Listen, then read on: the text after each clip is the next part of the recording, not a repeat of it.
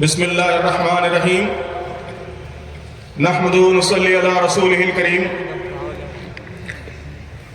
صدر محترم، اسٹیج پر تشریف فرما علماء اکرام، قائدین اکرام اور شہر بنگلور اور کرناٹک کے مختلف علاقوں سے تشریف لائے اولو العزم اور حوصلہ مند مسلمانوں،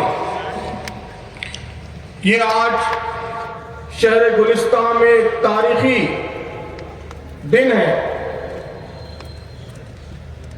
آپ سب نے اتنی بڑی تعداد میں یہاں جمع ہو کر ملت اسلامیہ کے متفقہ ارادے اور متفقہ عزم کا پرزور اور پرشور طریقے سے اعلان کر دیا ہے۔ آپ نے یہ اعلان کر دیا ہے کہ ہندوستان کے مسلمان مکمل طور پر اتفاق رائے کے ساتھ وقف بل 2024 کو مسترد کرتے ہیں، ریجیکٹ کرتے ہیں۔ کیا آپ سب یہ اعلان کر رہے ہیں؟ جی انشاءاللہ آپ سب نے یہ اعلان کیا ہے کہ ہم شریعت اسلامی پر پوری ثابت قدمی کے ساتھ ڈٹے رہیں گے۔ ہم اپنی زندگیوں میں شریعت سے انحراف برداشت نہیں کریں گے۔ ہم حکومت کی طرف سے شریعت میں مداخلت برداشت نہیں کریں گے۔ ہم اپنے خاندانوں کی طرف سے، اپنی فیملیز کی طرف سے، اپنے سماج کی طرف سے کسی زاویے سے بھی شریعت میں مداخلت، شریعت سے انحراف، اسے برداشت نہیں کریں گے۔ آج کے اجلاس کا یہ اہم ترین اعلان ہے، یہ ہم سب کا اہم ترین عزم ہے، یہ ہمارا پختہ ارادہ ہے، اور اسی ارادے کے ساتھ انشاءاللہ اس اجلاس سے ہم واپس لوٹیں گے۔ محترم سامعین، حالات یقیناً چیلنجنگ ہے، لیکن میں ہمیشہ کہتا ہوں کہ بڑے چیلنجوں کے ساتھ ہی ہمیشہ بڑے مواقع، بڑی اپارچونٹیز وابستہ ہوتی ہیں۔ ان مع العسر یسرا، یہ قرآن مجید کا ایک یونیورسل پرنسپل ہے، ایک آفاقی اصول ہے کہ جب بڑی مشکل ہوتی ہے، بڑا چیلنج ہوتا ہے، تو اس کے جلو میں، اس کے پیچھے ایک بڑا موقع، ایک بڑی اپارچونٹی ہمارا انتظار کر رہی ہوتی ہے۔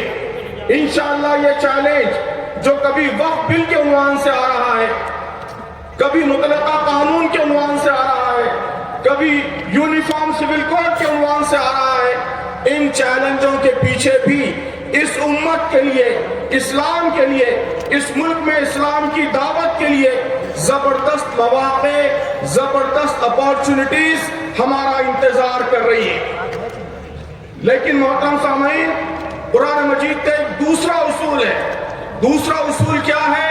یہ مواقع، یہ اپارچونٹیز، یہ ہاتھ پر ہاتھ دھرے بیٹھے رہنے سے حاصل نہیں ہوتے، یہ گھر میں بیٹھ کر انتظار کرنے سے حاصل نہیں ہوتے۔ قرآن کا یہ اصول بھی ایک یونیورسل اصول ہے، ایک آفاقی اصول ہے کہ ان اللہ لا یغیر ما بقوم حتی یغیر ما بانفسہم، کہ اللہ تعالیٰ کسی قوم کی حالت اس وقت تک نہیں بدلتا جب تک ہم خود اپنی حالت نہ بدلیں۔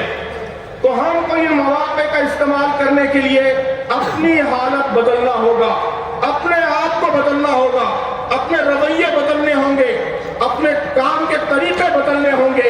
کیا تبدیلیاں لانی ہیں، اس پر تفصیل سے علماء اکرام اظہار خیال کر چکے ہیں۔ میں سمجھتا ہوں کہ ان باتوں کا خلاصہ دو بڑی اہم باتیں۔ سب سے پہلی بات تو یہ ہے کہ ہمیں شریعت اسلامی پر چٹان کی طرح ثابت قدم ہو جانا ہے، ڈٹ جانا ہے، استقامت کے ساتھ ڈٹ جانا ہے۔ یہ پہلا اہم ترین پیغام ہے جو اس اسٹیج سے ہمارے تمام علماء نے اس مجمع کو دیا ہے۔ آپ سب یہ اعلان کیجئے کہ ہم اپنی اپنی زندگیوں میں شریعت کی پابندی کریں گے۔ اس ملک میں شریعت کے تحفظ کا طریقہ بھی یہی ہے۔ محترم بزرگوں، دوستو، اس ملک میں شریعت کے تحفظ کا اہم ترین طریقہ یہی ہے کہ ہماری زندگیوں سے، ہمارے مسلم سماج سے شریعت اسلامی کی برکتوں کی عملی شہادت اس ملک کے سامنے پیش ہو۔ لوگوں کو معلوم ہو کہ جب شریعت پر عمل ہوتا ہے، شریعت کے مطابق خاندانی زندگی استوار ہوتی ہے تو کیسے وہ برکتوں کا گھر بن جاتی ہے، برکتوں کا گہوارہ بن جاتی ہے۔ لوگ اسے سر کی آنکھوں سے دیکھیں۔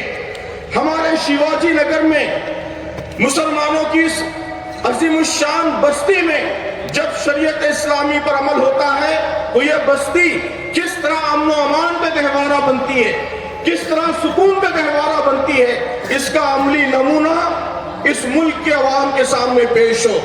محترم بزرگوں، دوستو، شریعت اسلامی کی حفاظت کا اہم ترین راستہ، اس کی صراط مستقیم بس یہی ہے۔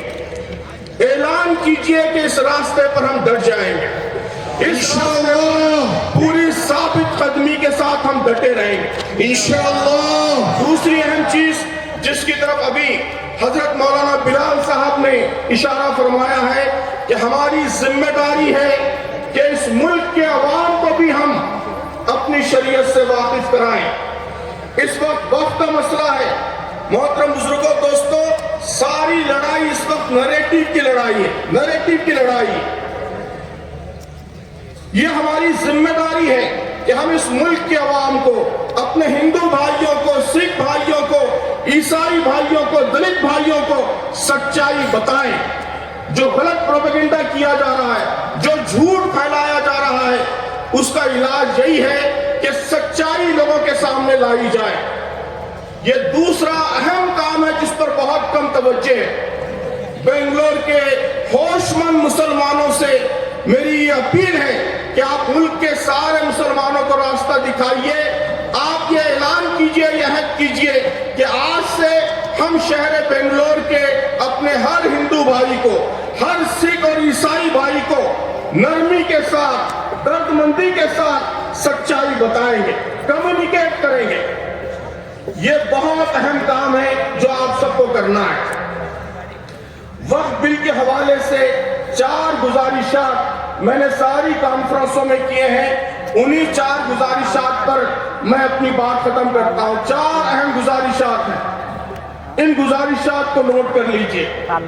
سب سے پہلی گزارش، خاص طور پر عزیز نوجوانوں سے میری گزارش ہے کہ واقفیت پیدا کیجئے، نالج حاصل کیجئے، علم حاصل کیجئے، شریعت کے بارے میں معلومات حاصل کیجئے، نکاح کا صحیح طریقہ معلوم کیجئے، طلاق کا صحیح طریقہ معلوم کیجئے، وقت کیا ہے، وقت کا قانون کیا ہے، اس کے بارے میں جانکاری حاصل کیجئے۔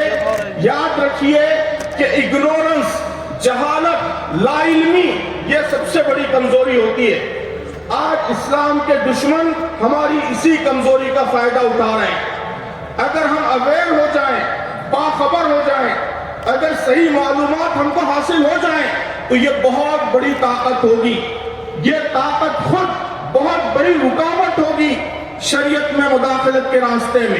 تو میری پہلی گزارش یہ ہے کہ معلومات حاصل کیجئے، وقت کے بارے میں بھی ضروری معلومات حاصل کیجئے اور شریعت اسلامی کے بارے میں بھی ضروری معلومات حاصل کیجئے۔ دوسری گزارش، اس معلومات کو پھیلائیے، خاص طور پر برادران وطن، غیر مسلم بھائیوں بہنوں کو بتائیے، انہیں بتائیے کہ اسلام میں طلاق کا طریقہ کیا ہے اور کیسے یہ خواتین کے لیے، مردوں کے لیے، خاندانوں کے لیے، معاشرے کے لیے، ملک کے لیے، سب کے لیے بہترین طریقہ ہے۔ انہیں سمجھائیے، بتائیے کہ وقت کیا ہے۔ یہاں تفصیلات آئی ہیں، ان تفصیلات کو اس ملک کے سارے انسانوں تک پہنچانے کا کام یہ آپ کو کرنا ہے۔ آپ میں سے ہر ایک شریعت کا ایمبیسیڈر ہے، اسلام کا ایمبیسیڈر ہے، اسلام کا سفیر ہے۔ اس سفارتکاری کا فریضہ ادا کرنے کے لیے اٹھ کھڑے ہو جائیے۔ ہمیں صرف مسلمانوں کے درمیان نہیں رہنا ہے، اس ملک سے بات کرنا ہے، اس ملک کے عوام سے بات کرنا ہے۔ نیریٹو کی جو جنگ ہے، نیریٹو کی جو لڑائی ہے، اس لڑائی میں ایک اہم سپہ سالار کا، ایک اہم سپاہی کا کردار ادا کرنا ہے۔ کیا آپ سب یہ کام کرنے کے لیے تیار ہیں؟ کیا آپ میں سے ہر ایک 4 برادران وطن کو، 5-10 برادران وطن کو سچائی پہنچانے کا ٹارگیٹ اپنے ذمہ لیتا ہے؟ انشاءاللہ۔ اگر آپ سب یہ کام کرنے کے لیے تیار ہو جائیں تو بزرگوں دوستوں خود بخود جھوٹ جس طریقے سے پھیل رہا ہے وہ رک جائے گا اور یہی ہماری سب سے بڑی جیت ہوگی۔ تیسرا اہم ترین کام، اپنے سیاسی نمائندوں کو جواب دہ بنائیے۔ آپ نے ووٹ دے کر یہاں گورنمنٹ بنائی ہے کانگریس کی، آپ مطالبہ کیجئے کانگریس کی گورنمنٹ سے کہ وہ یہاں کی اسمبلی میں اس بل کے خلاف قرارداد منظور کرے۔ آپ اپنے ایم پی سے پوچھئے کہ پارلیمنٹ میں اس بل کو ناکام بنانے کے لیے وہ کیا کر رہے ہیں۔ یہ تیسرا کام ہے۔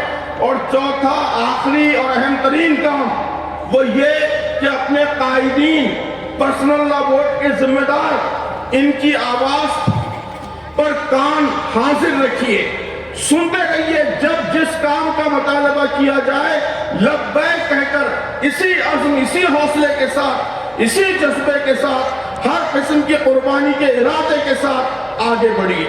یہ 4 کام ہیں، ان کاموں کو کرنے کے لیے آپ تیار ہو گئے تو انشاءاللہ دنیا کی کوئی طاقت شریعت میں مداخلت نہیں کر سکے گی۔ اللہ تعالی ہم سب کو اس کی توفیق عطا فرمائے۔